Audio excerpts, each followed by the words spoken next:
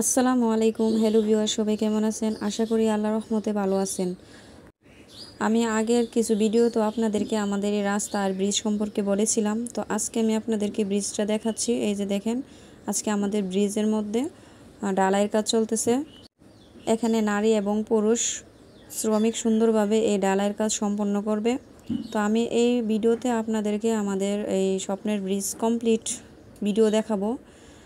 Bridge তৈরি করার পরে এই ব্রিজ দিয়ে মানুষ চলাচল করতেছে, এরকম ভিডিও। এই যে দেখেন, আমার এখানে চাচাতো দুই ভাই, ওনাদেরকে পানি খাইয়ে আসছে।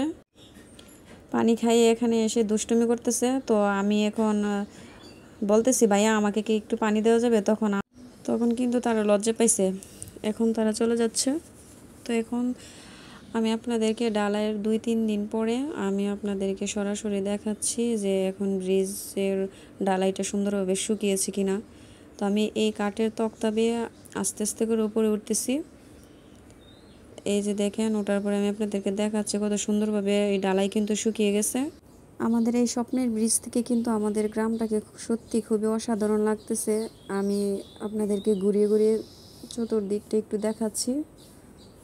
এই যে দেখেন, আর এখানে খালি যে অংশগুলো দেখতেছেন, এখানে মাটি ফেলে এই ব্রিজের মধ্যে ওঠার জন্য একটা রাস্তা করা হবে। আর এই পাশ দিয়েও দেখেন খালি, তো এখানে কিন্তু মাটি ফেলা হবে, ফেলে তারপরে এখানে রাস্তা করা হবে যাওয়ার জন্য ব্রিজ দিয়ে।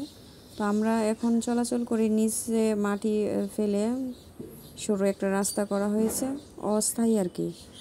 তো আমি অস্থায়ী বাঁশের সাঁকুর মধ্যে দাঁড়িয়ে আপনাদেরকে আমাদের স্থায়ী এই স্বপ্নের ব্রিজটাকে আপনাদেরকে সুন্দরভাবে দেখাচ্ছি। যে দেখেন আমাদের ব্রিজটা।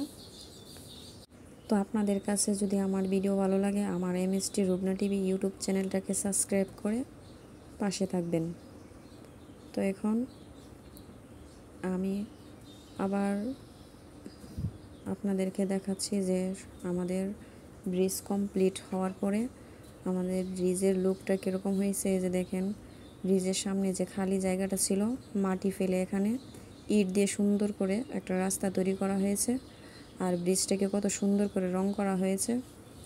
তো এখন কিন্তু এই ব্রিজ দিয়ে মানুষ চলাচল করতেছে। আর এখানে ব্রিজ নির্মাণের বিভিন্ন তথ্য এই সাইনবোর্ডে লেখা আছে। আর পাশে দেখতেছেন ট্রেন চলাচলের রাস্তা, সেখান দিয়ে কিন্তু ট্রেনও যাচ্ছে। আর এই ব্রিজটা কেন আমাদের স্বপ্নের ব্রিজ, এর পিছনে একটা ইতিহাস আছে, আপনাদেরকে এখন আমি বলবো।